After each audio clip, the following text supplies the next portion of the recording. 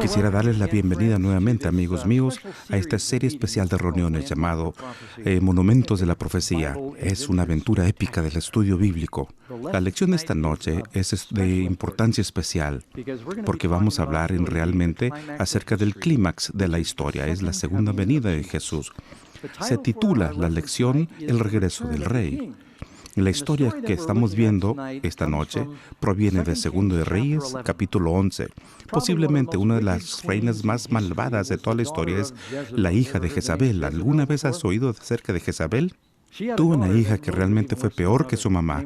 Ella se llamaba Atalía, y mientras que Jezabel estaba lista para matar a los profetas de Dios, Atalía quería matar a sus propios nietos.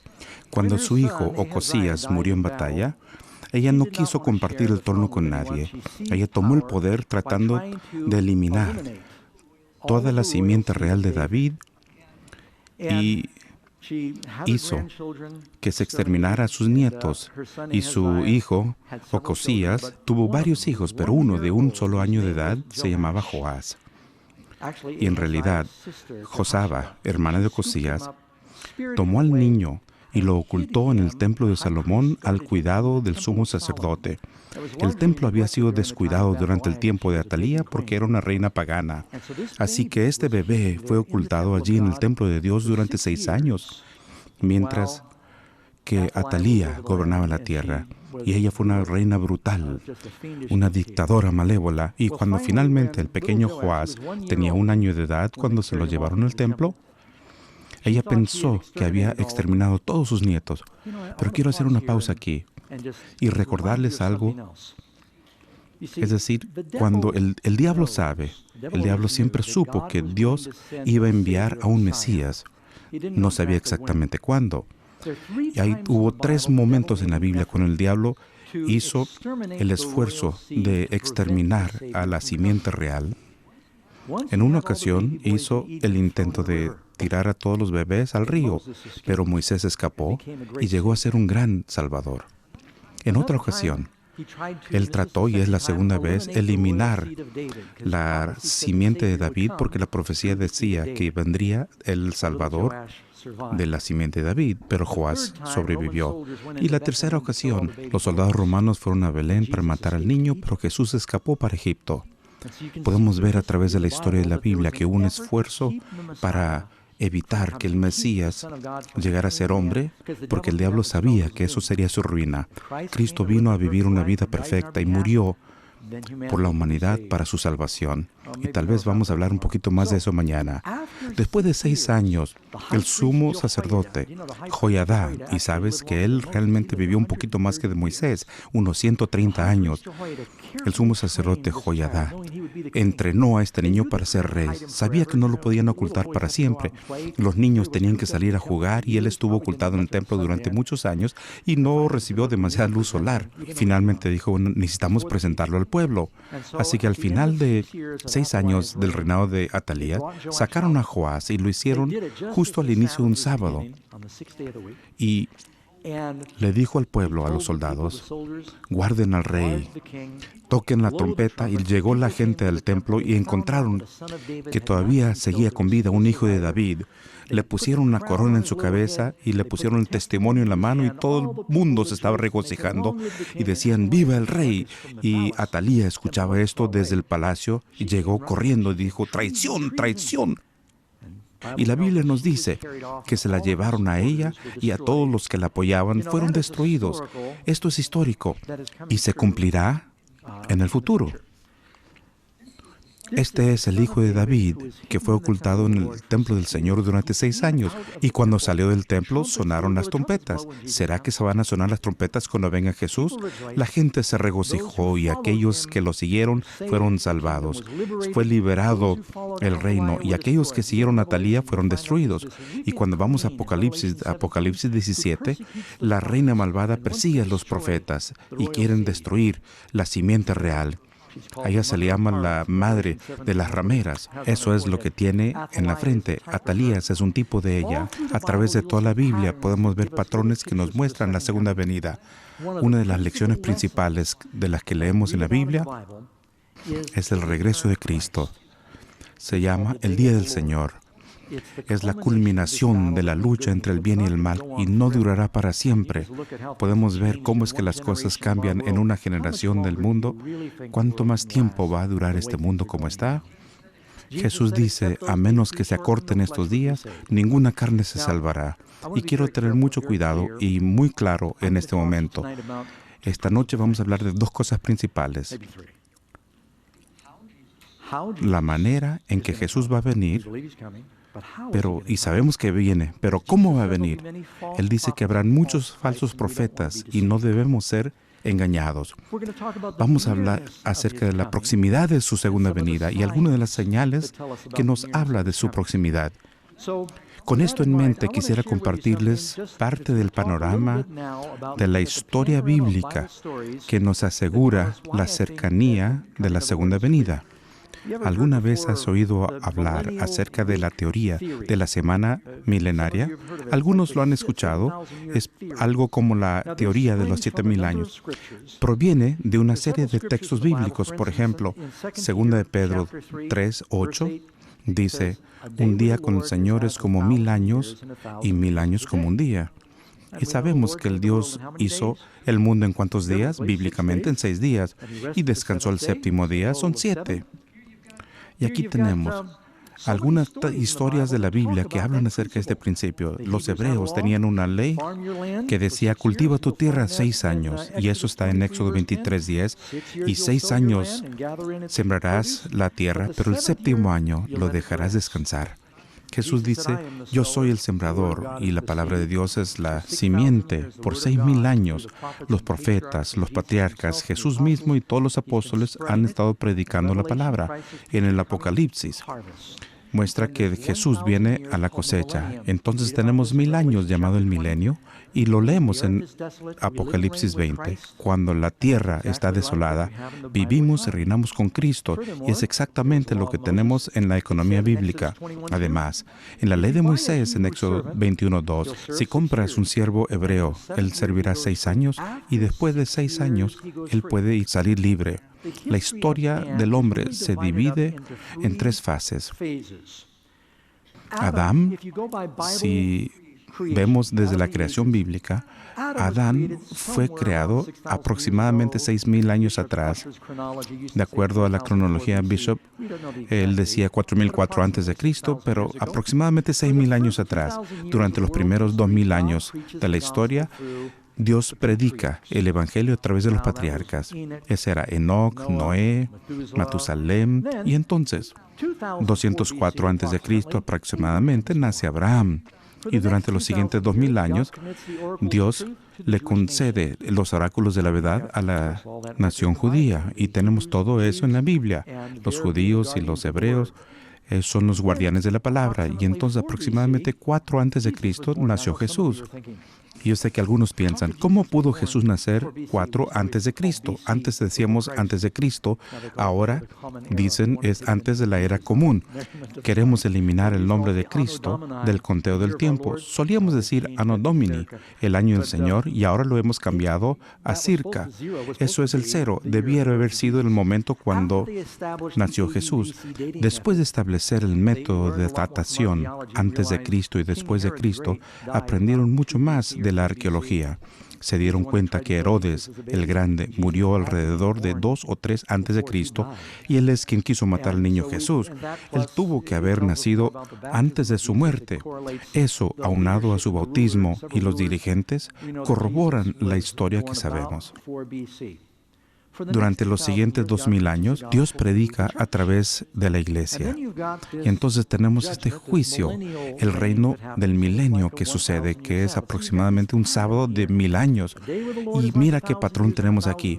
Un día con el Señor es como 1,000 años, y 1,000 años es como un día. Y tenemos aproximadamente 2,000 años desde la creación hasta Abraham. Y luego 2,000 años de Abraham hasta la época de los judíos a Cristo. Y entonces los últimos 2,000 años, el la época en la que vivimos ahora, desde la primera venida de Jesús hasta la segunda. ¿Sabías que si nos remontamos exactamente 2000 años, Jesús tendría entre 18 y 19 años? Estamos exactamente 2000 años después. Estamos viviendo aproximadamente 2000 años entre el nacimiento y la muerte de Jesús. Y entonces, ¿cuándo viene? No estoy asentando una fecha. Jesús dice, esos días se podrían acortar, podría ser más tarde de lo que pensamos.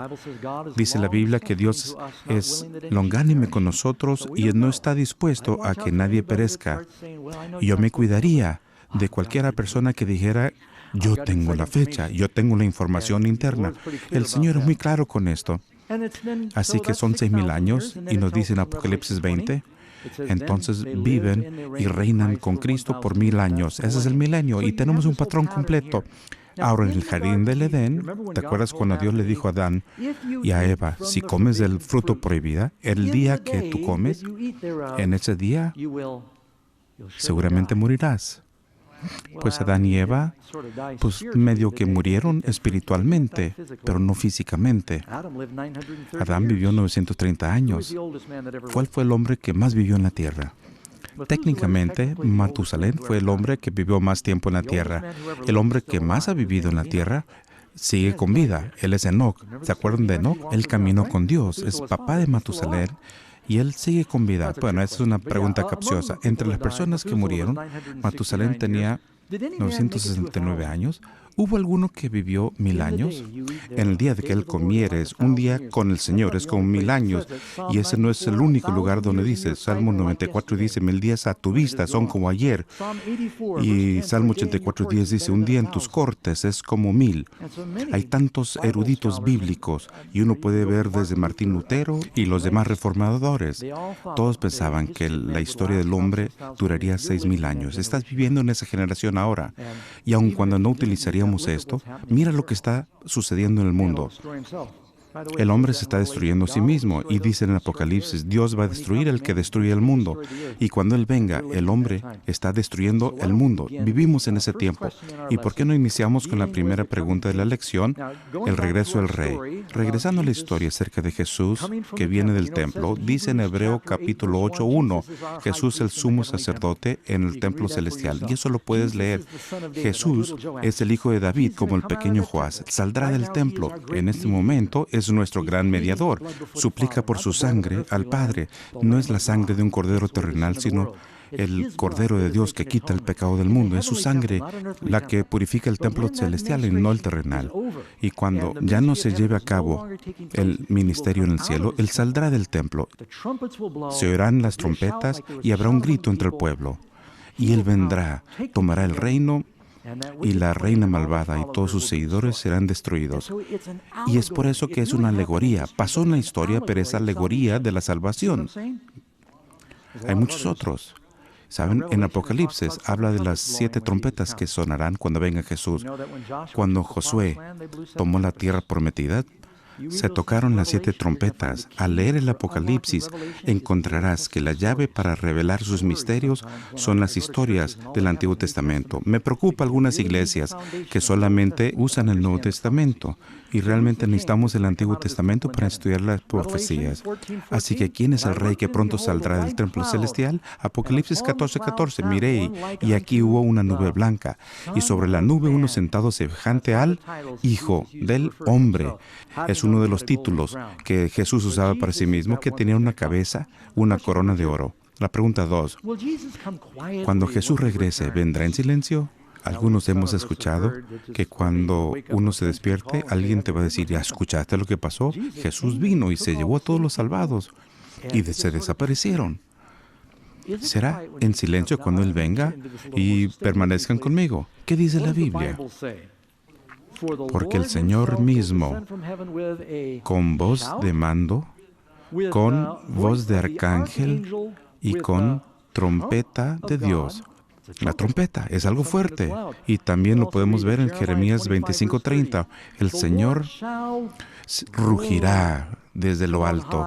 Él hablará con su voz de su habitación. Y Él rugirá en su habitación. Y Él gritará. Y al leer la Biblia, uno puede ver que la venida del Señor es un evento muy audible. Veamos uno más, el Salmo 53. Vendrá nuestro Dios y no guardará silencio. Será muy tempestuoso, significa tormentoso, con gloria por todas partes. Quiero decirlo en forma delicada al hablar de este siguiente segmento de la lección. Hay diferentes puntos de vista respecto a cómo viene Jesús. Yo creo que hay muchas personas que van rumbo al cielo de muchas denominaciones, si me escuchan bien, y yo sé que estamos en desacuerdo. Y sabes, podemos estar en desacuerdo. Todos podemos estar en desacuerdo como cristianos, pero quiero compartir con ustedes lo que los cristianos creyeron durante los primeros 1800 años de la historia del cristianismo. Lo que comparto con ustedes no es nuevo, es viejo.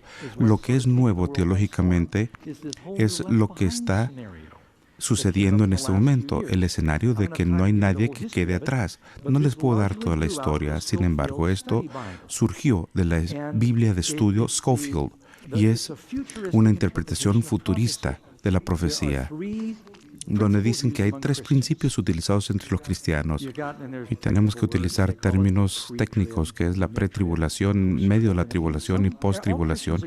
Y todos los cristianos están de acuerdo que hay una gran tribulación conectado con la segunda venida. Pero ¿qué sucede? ¿Será que la tribulación sucede y luego viene Jesús?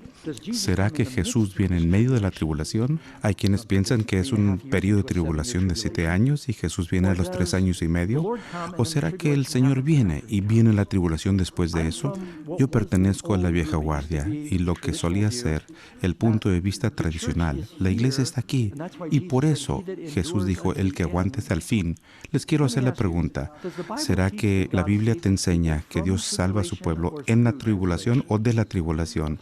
Pablo nos dice que es por mucha tribulación que entramos al reino de los cielos. Jesús dice, te van a odiar en todas las naciones por mi nombre. ¿Será que Dios salvó a Noé del diluvio o en el diluvio? ¿Será que salvó a Job en sus pruebas o de las pruebas? ¿Qué me dice de José antes de haber reinado? ¿Será que Moisés sufrió en el desierto? Encontramos que por toda la Biblia Dios refina a su pueblo por las pruebas. El Señor viene por una novia sin mancha ni arruga. Las 10 plagas que cayeron sobre Egipto son similares a las últimas 7 plagas del Apocalipsis. Los hijos de Israel, el pueblo de Dios, ¿estuvieron en Egipto al caer las 10 plagas? ¿Sabían que las primeras 3 plagas los hijos de Israel lo experimentaron junto con los egipcios? Sin embargo, fueron preservados de las últimas 7 plagas, así como nosotros seremos protegidos de las 7 plagas, pero ellos estaban en Egipto cuando pasó. Él los protegió de las plagas. Dice la Biblia que ninguna plaga podrá atacarte en tu morada, Salmo 91, pero vamos a estar en el mundo en ese tiempo de tribulación. Yo creo que sí, y le voy a dar algunos de los versículos también. De paso, voy a lo seguro. Si estás entre los cristianos que creen que vamos a ser raptados antes de la venida de Jesús, que Dios te bendiga. Pero ¿qué si estás equivocado? Pedro dice, no te sorprendas de las pruebas que te lleguen. Cuando sucede algo extraño, no preguntes, ¿por qué me están probando? Yo pensaba que me iban a llevar antes de esto. Me estoy preparando para tener una fe como para poder pasar por la tormenta, y eso es jugármela a lo seguro. Sin embargo, si soy trasladado, les prometo que voy a pedir perdón en el cielo. Pero basado en lo que dice la Biblia, vamos a estar aquí y la segunda venida de Jesús está al final. Les doy otro versículo, Daniel 12:1.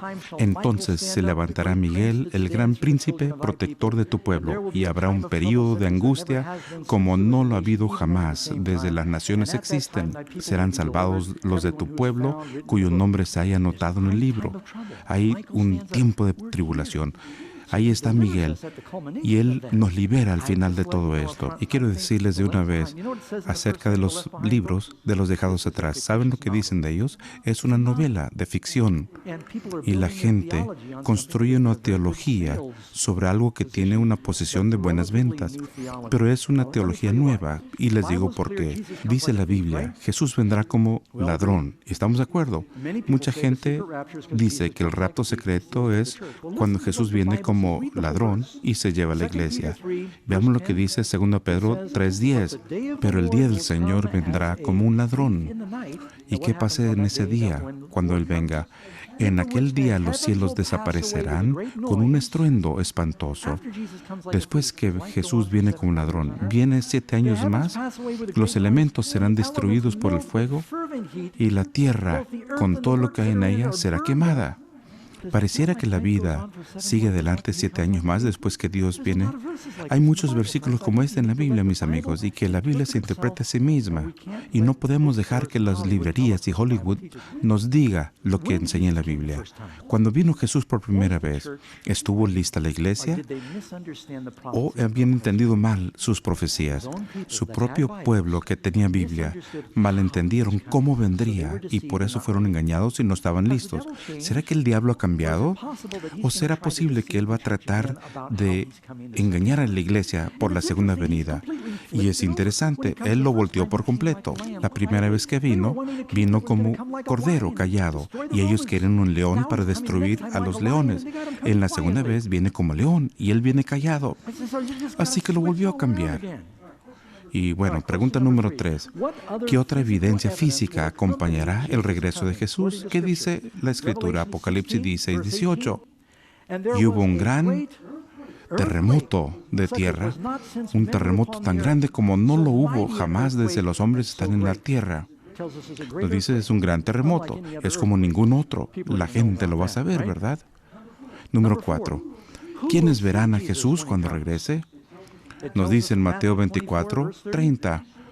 Entonces aparecerá la señal del Hijo del Hombre en el cielo, y entonces lamentarán todas las tribus de la tierra, y verán al Hijo del Hombre viniendo sobre las nubes del cielo con poder y gran gloria. Verán que viene. ¿Cuántos? Todo el mundo le verá venir. Y ahora voy a responder una pregunta por adelantado. Y alguien me va a decir, el pastor Doug, si el mundo es redondo y Jesús viene, ¿cómo es que todo el mundo lo va a ver a la misma vez en un mundo redondo? Yo no dije que a la misma vez. La gente quiere crear problemas que no existen.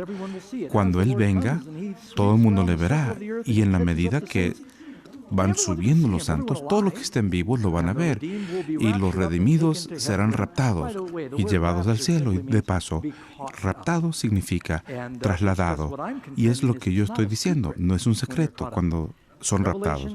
Apocalipsis 1:7, he aquí, Él viene con las nubes, y nos dice, todo ojo le verá. En Hechos capítulo 1, cuando Jesús asciende al cielo, los discípulos miran al cielo. 2 ángeles aparecen ante ellos y le dicen, Galileos, ¿por qué veis al cielo?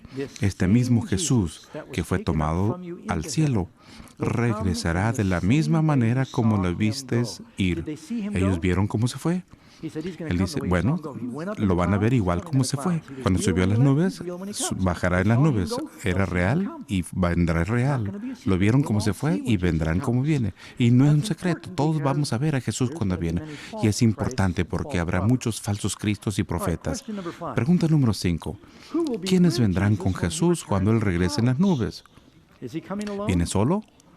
No, podemos ver en Mateo 25:31. Nos dice ahí, cuando el Hijo del Hombre venga en su gloria, ¿y cuántos? Todos los santos ángeles. No dice algunos, no es una contingencia. Todos los santos ángeles con Él. Entonces se sentará sobre el trono de su gloria. ¿Cuántos ángeles son? Bueno, vamos a especular. Alguien dijo, y gracias por las preguntas. Y veo una pregunta que dice, ¿tenemos ángeles guardianes? Bueno, la Biblia no dice eso, pero dice que hay ángeles, hablando de niños. Los ángeles siempre ven el rostro de mi Padre. Y eso significa que los ángeles están asignados a las personas, por lo menos a los niños. Y cada palabra que hablamos se registra con el ángel. Y hay como 7 billones de personas en el mundo. Así que hay como 7 billones de ángeles guardianes y tal vez vamos a tener otro ángel registrador y hay otros mundos que el Señor ha hecho y hay 10,000 por 10,000 y miles de espíritus ministradores. Imagínate la obra que puede ser un solo ángel. ¿Te acuerdas donde dice en la Biblia que el ángel del Señor fue por el campamento de los sirios y mató a 185,000 soldados en una noche? Cuando un ángel llegó y sacó la piedra de la tumba de Jesús y la guardia romana se cayó como muertos. Un ángel, imagínate si los cielos están llenos de los ángeles de Dios y ya no velan su gloria. ¿Tú crees que vas a requerir un amigo que te digan, ¿lo viste? ¿Ver qué? Jesús y todos los ángeles vinieron ayer. ¿Lo viste? No, nadie se va a sorprender por esto. Todo el mundo lo va a saber. Dice Dios que es como relámpago que va de un lado del cielo al otro. Número 6. ¿Qué hará el brillo de la venida de Jesús con los impíos vivos? Sabemos que a los salvados van a ser arrebatados. Y vemos en 2 Tesalonicenses 1, 7 y 8, cuando se manifiesta el Señor Jesús desde el cielo con los ángeles de su poder, en llamas de fuego, para dar retribución a los que no conocieron a Dios. Y podemos leer el siguiente versículo, 2 Tesalonicenses 2, 8. Dice, entonces se manifestará aquel inicuo a quien el Señor matará con el espíritu de su boca y destruirá con el resplandor de su venida. Así que será brillante cuando venga Jesús. Todo el mundo lo va a saber. ¿Y qué va a pasar con los justos en su venida? Ya sabemos lo que le va a pasar a los malvados. En 1 Tesalonicenses 4:16 nos dice, y en este versículo es muy claro, y les recomiendo que lean el capítulo entero, los muertos en Cristo resucitarán primero. Y no solamente los vivos serán arrebatados, sino los muertos en Cristo. Cuando venga Jesús hay una resurrección. ¿Será un secreto cuando todos los cementerios abren sus sepulcros? Número 8. En este momento, ¿qué le ocurrirá a los santos vivos y los resucitados? Los muertos en Cristo serán resucitados primeros. No se te olvide eso. ¿Cuántas resurrecciones hay? Obviamente, cuando hay una primera, hay por lo menos una segunda. Es un número secuencial. Los que mueren en Cristo primero, bienaventurado y santo es aquel que tiene parte de la primera resurrección, Apocalipsis 20. ¿Qué sucede con los vivos y resucitados? Podemos leer en 1 Corintios 15, 52, 53. Los muertos serán resucitados incorruptibles y nosotros seremos cambiados. Porque es necesario que esto corruptible se viste de incorrupción y este mortal se viste de inmortalidad. Cuando Jesús venga, vamos a recibir cuerpos glorificados e inmortales y seremos transformados en un abrir y cerrar de ojos. Vamos a podernos juntar con los santos en el aire y Él nos va a llevar a la gloria y atrás va a haber pura destrucción. Los elementos se van a derretir con el calor y la teoría de que la vida sigue adelante varios años después que Jesús venga en gloria no es bíblica. Número 9. Después de ser transformados, ¿qué ocurrirá con los justos? Y leemos nuevamente en 1 Tesalonicenses 4:17, nos da más información. Luego nosotros, los que vivimos, los que hayamos quedado, seremos arrebatados juntamente con ellos en las nubes para recibir al Señor en el aire. No se pierdan eso, unirnos al Señor. ¿Dónde? En el aire. Vamos a hablar más acerca de esto, pero hay muchos profetas falsos y cristos falsos allá afuera. Y de una vez sabes, si alguien viene y toca tu puerta, ellos, tú sabes, aparecen en alguna otra parte del mundo y dicen que son Jesús. Si tocan el piso, están mintiendo. Porque no nos dice en ninguna parte que los pies de Jesús tocan el suelo. Nos vemos con Él en el aire. Vamos a Él. Y Él dice, voy a preparar un lugar para ti. Juan 14. Y si voy y os aparejaré un lugar, los recibiré ante mí mismo para que donde yo estoy, en casa de mi Padre, allá los voy a llevar. Jesús viene y lo vamos a ir con Él al aire. Él no tiene que caminar aquí. Y es ahí donde vamos a ver un Cristo falso. Número 10. ¿Qué advertencia solemne da Jesús acerca de su segunda venida? Si lees en Mateo 24, cuando los discípulos vienen y le dicen, ¿cuáles serán las señales de estas cosas? La destrucción y todo. La señal de tu venida. 2 o 3 veces Jesús dice, habrá muchos falsos profetas y falsos cristos. Tengan cuidado de los profetas falsos y cristos falsos. Muchos se levantarán diciendo, yo soy el Cristo, aquí está Cristo, o allá lo está. Y dicho sea de paso, si quieres estudiar estas cosas por ti mismo, anoten estos capítulos rápidamente. Mateo 24, Marcos 13, Lucas 17 y Lucas 21 son los lugares principales donde Jesús mismo habla acerca de su regreso. Léelo por ti mismo y verás si pareciera ser secreto cuando venga Jesús. Hazlo como lo hizo Jesús y va a ser muy claro. Y eso es lo que está empezando ahora. ¿Y qué me dice el versículo, pastor, donde dos mujeres están en el molino? Una es llevada y uno queda. Dos hombres están en el campo. Uno es llevado y otro se queda. Uno está dormido en la cama. Uno es llevado y otro se queda. Eso pareciera ser un rapto secreto. Eso escríbalo y pareciera ser una pregunta que podemos discutir después. Jesucristo nos dice, tengan cuidado con los cristos falsos. En nuestro programa radial semanal, Pastor Ross y yo hablamos acerca de un dato sorprendente. Uno de los datos que aprendí de él tiene que ver con Otto White. En 1913, muchas de las naciones europeas orientales consiguieron la independencia. Entre ellas está Albania y pudieron escoger su propio rey. Ellos quisieron tener al rey Eddin, que era un príncipe de Turquía, y queremos a este que sea nuestro rey. Eso fue antes de internet, televisión, fotografía o radio, y muchos no sabían ni siquiera cuál era su aspecto. De repente recibieron un telegrama de Turquía. El rey Eddin llega y les va a dar la bienvenida. La gente se emocionó y del carruaje salió una persona alta con una espada, era muy digno, la gente muy emocionada.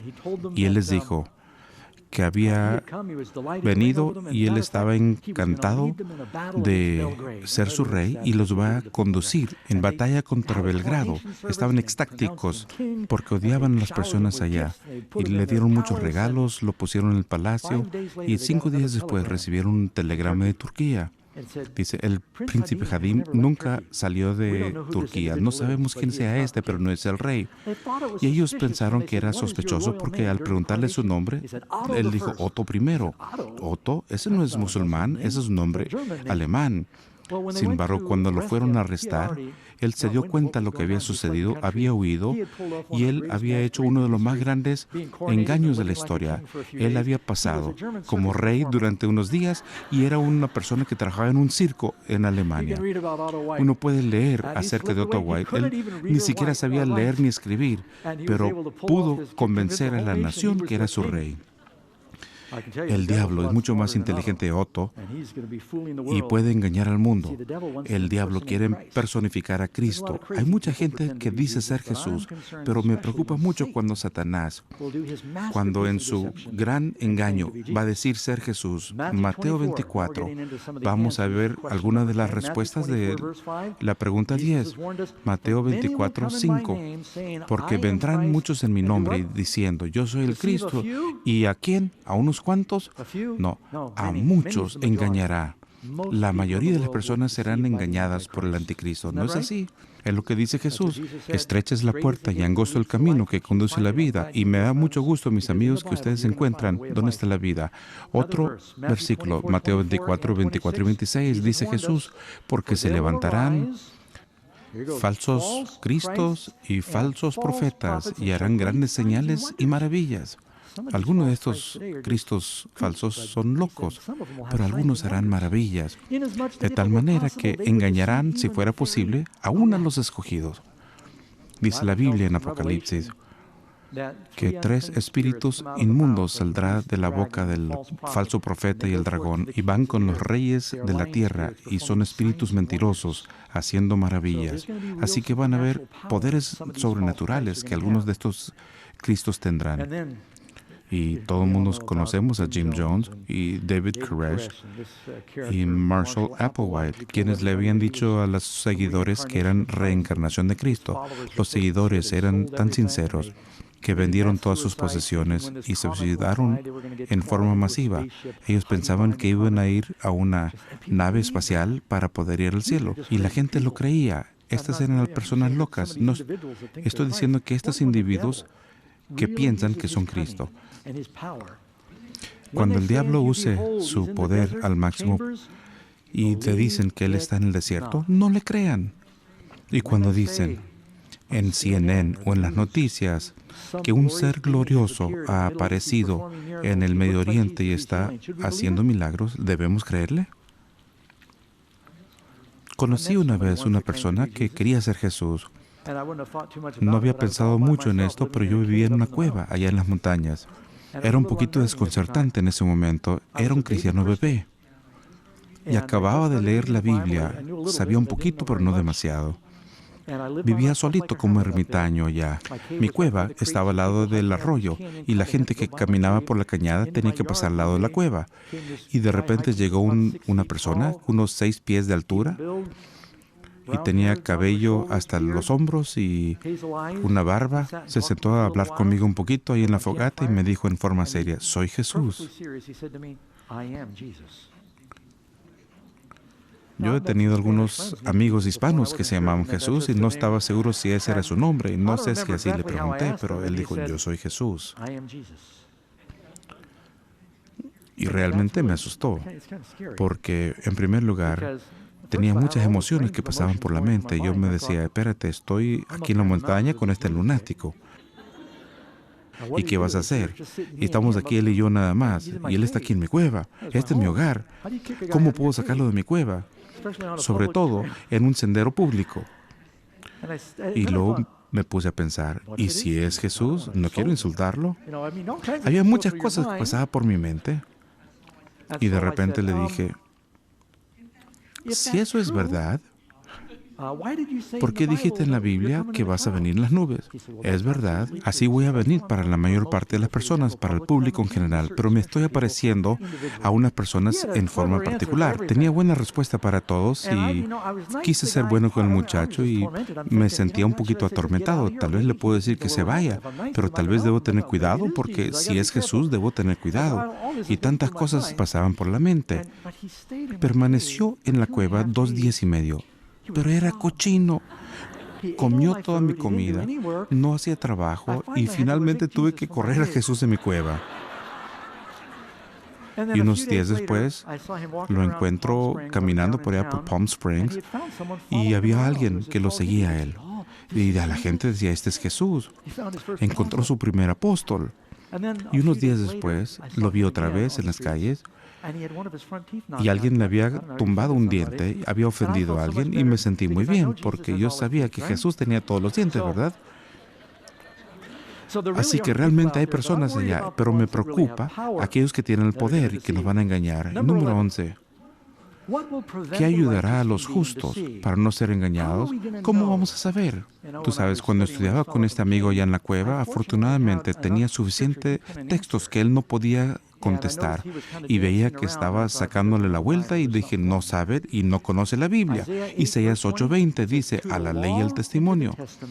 Es decir, la ley de los profetas, la palabra de Dios, si no hablan de acuerdo a esto, ¿esta qué? Entonces no hay luz. No hay luz en ellos. Mantengan en mente que el diablo, él sabe citar la Biblia. Hay muchos profetas falsos, aún en el mundo religioso, ya lo sabemos. Y algunos están ahí buscando dinero y saben cómo citar la Biblia. Así que debes saber, ¿será que todo está de acuerdo a las Escrituras? Mucha gente puede citar la Biblia, pero si no habla de acuerdo a la palabra entera de Dios, algo anda mal. El número 12. ¿Será seguro ir a ver a un falso Cristo? Uno dice, espérate, tengo que ir al desierto. Hay una persona que está reuniendo allá. ¿Qué dice la Biblia? Mateo 24:26. Dice Jesús, así que si os dijeren, he aquí el desierto está, no salgáis. Si alguien te dice, mira, tienes que ir allá, Jesús está en la televisión ahora, ve al canal tal y tal, ni siquiera buscaría el canal, porque el diablo sabe cómo utilizar la hipnosis y la televisión ha sido un medio bueno para hipnotizar. Las agencias publicitarias han estado haciéndolo para que compres cosas que no debes hacer. Hay muchos comerciales que dicen, mira, compra esto y compra lo otro. Número 13. ¿Qué podemos saber acerca del momento del regreso de Jesús? Mateo 24, versículo 36. Nos dice ahí, pero el día ni la hora nadie sabe, ni aún los ángeles de los cielos, sino solo mi Padre. Ahora, alguien escriba la pregunta. Jesús dijo que ni siquiera sabía el día y la hora. ¿Será que lo sabe ahora? Escríbalo y después lo vamos a discutir. Jesús fue bastante claro. Ni siquiera el Hijo, solamente el Padre. Así que, ¿será que Dios el Padre tiene un secreto de Jesús? Eso no se lo voy a decir. Escribe la pregunta, después lo hablamos.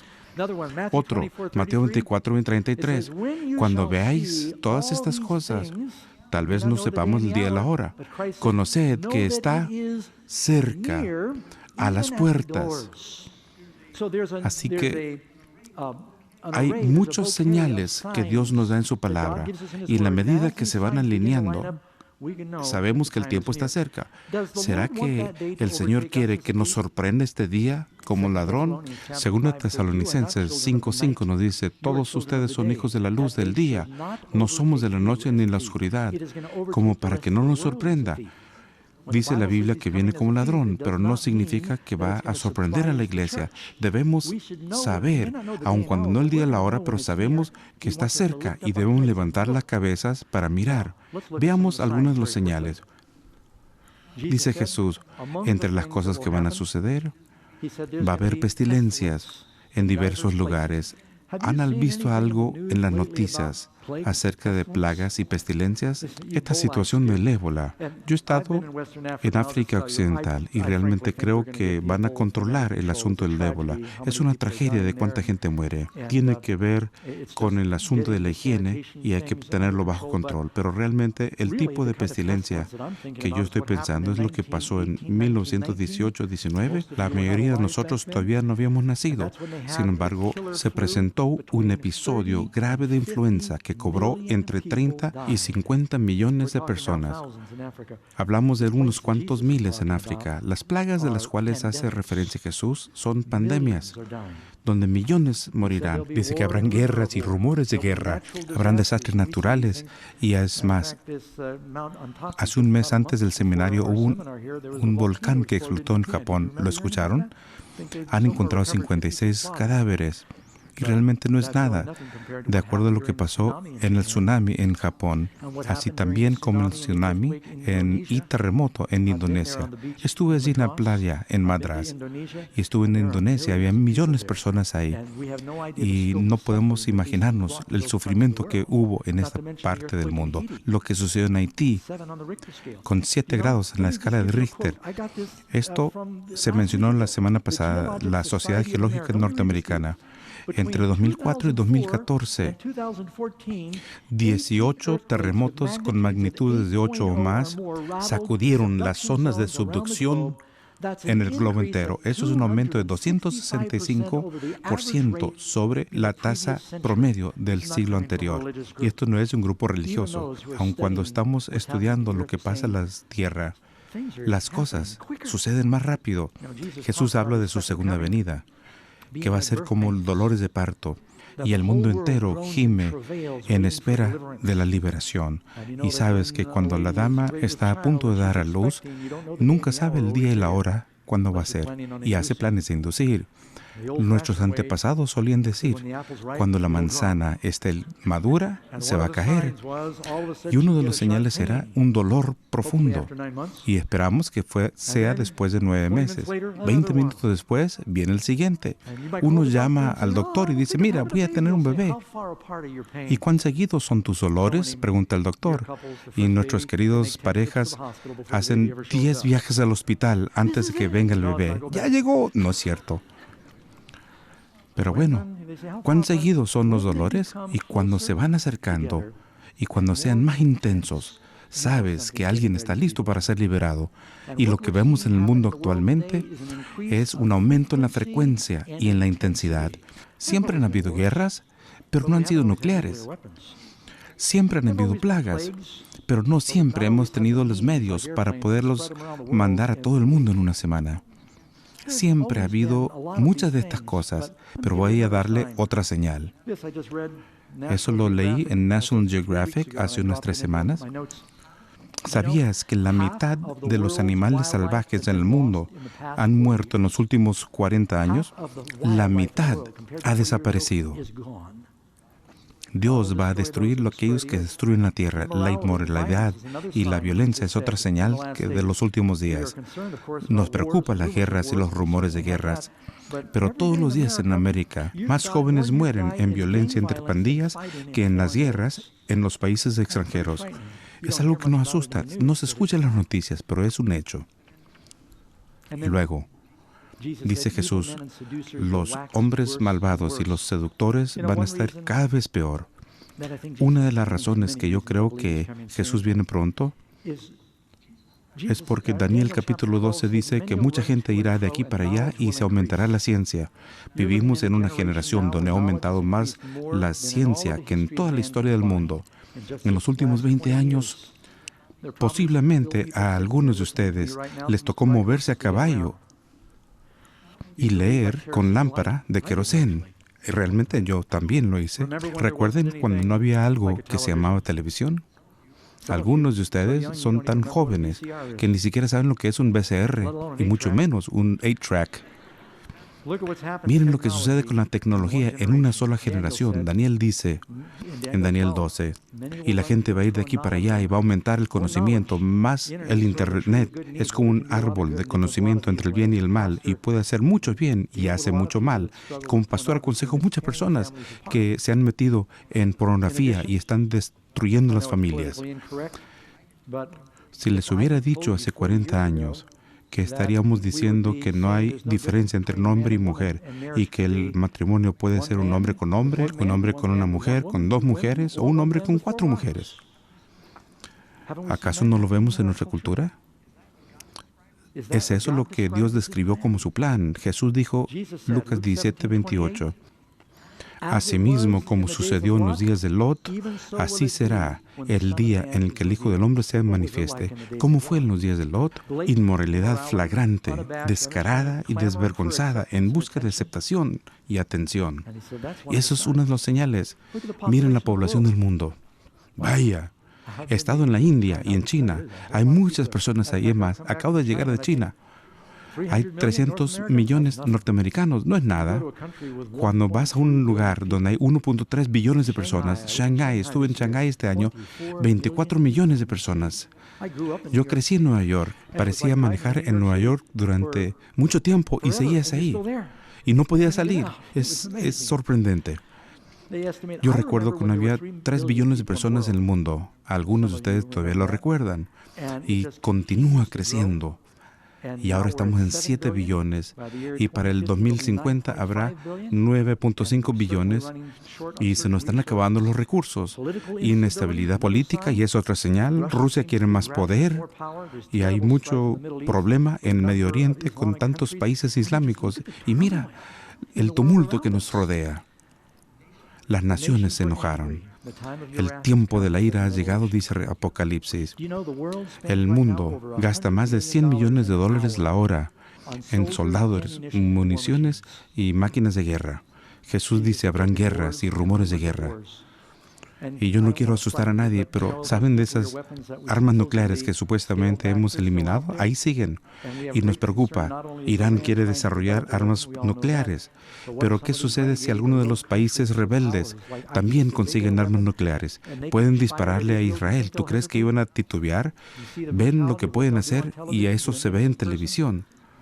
Y nos hace temblar de solo pensar. Solamente la gracia de Dios impide que el mundo se destruya a sí mismo. Dice el Apocalipsis que los ángeles detienen los vientos de la contienda. Número 14.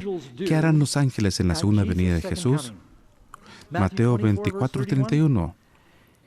Sus ángeles juntarán a los escogidos de los 4 vientos, desde un extremo del cielo hasta el otro. Los van a reunir a todos y seremos arrebatados para vernos con el Señor en el aire. Número 15. Puesto que vivimos junto antes de la segunda venida de Jesús, ¿cómo debemos relacionarnos a este solemne y glorioso evento? ¿Debemos tener miedo? Dice la Biblia que es un evento maravilloso. No esperes hasta el último momento para alistarte, como lo haces con los impuestos. Algunas personas tratan de ver cuál es la fecha y van a decir, bueno, voy a estar con el diablo hasta el último momento y entonces me voy a alistar. Si amas al Señor, no hagas eso.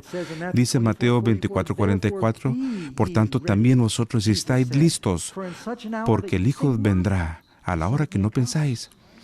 Tal vez lo va a sorprender en un momento que no lo esperes. Número 16.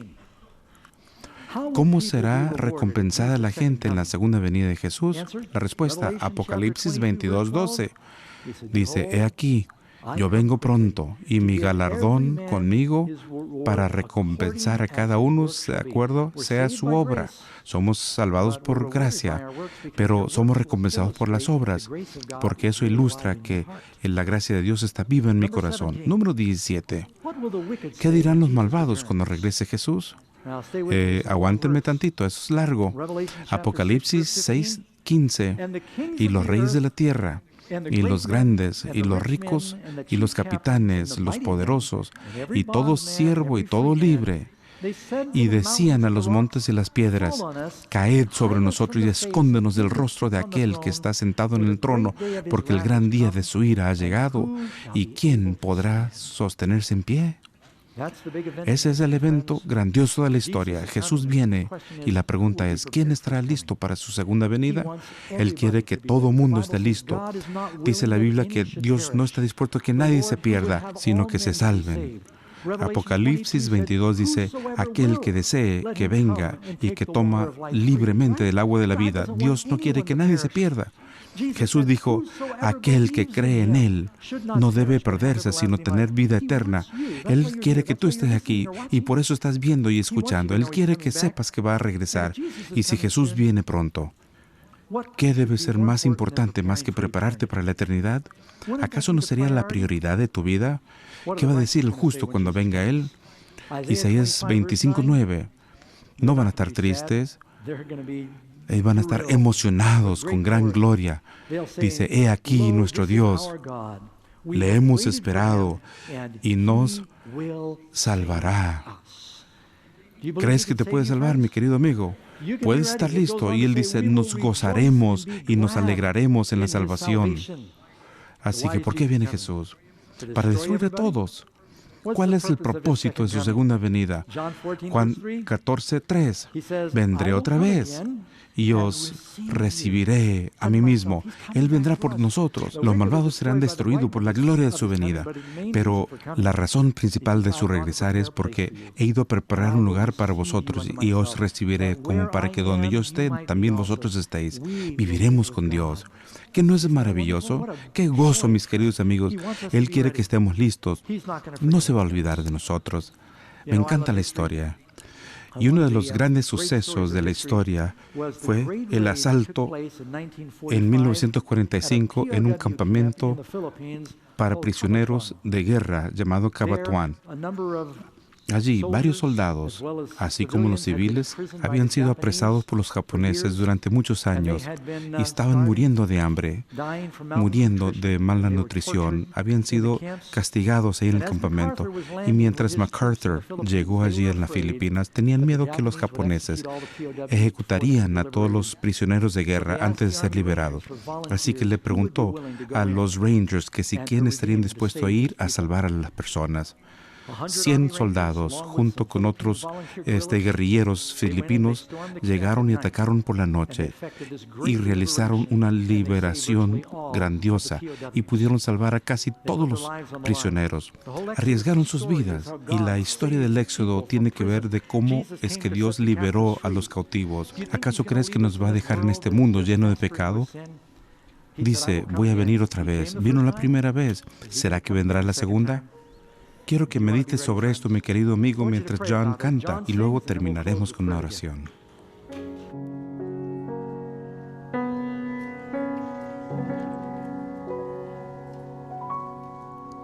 Oh, the marketplace is empty. No more traffic in the streets. All the builders' tools are silent. No more time to harvest weeds. Busy housewives cease their labor. In the courtrooms, no debate. Work on earth is all suspended as the King comes through the gate. I can hear the chariots rumble. I can see the marching throng. The flurry of God's trumpets spell the end of sin and wrong. Wrinkled robes are now unfolding. Heaven's grandstands all in place. Heaven's choirs now assemble. Start to sing Amazing Grace. Oh, the King is coming. Yes, the King is coming. I just heard the trumpet sounding, and now his face I see. Oh, the King, yes, he's coming. The King is coming. Praise God. Yes, praise God. Praise God. He's coming for me.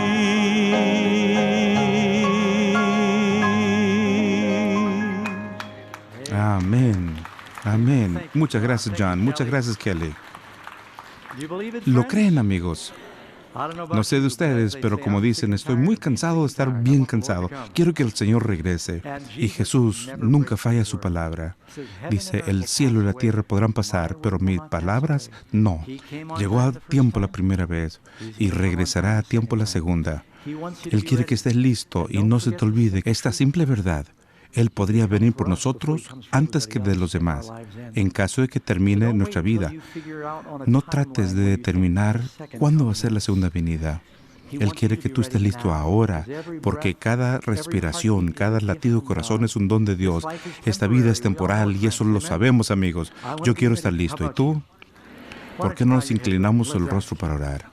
Padre Celestial, te agradecemos porque nos has llamado para estar listo. Gracias por esta serie y por los corazones que tocas, y rogamos al reunirnos, al estudiar tu palabra, que obres milagro en nuestras vidas. Bendice a estas personas. Sé tú con ellos en sus hogares y sus familias. Ayúdanos a estar listos en este momento al aceptar a Jesús, y que el día cuando Él venga podamos levantar el rostro y verlo. Amén.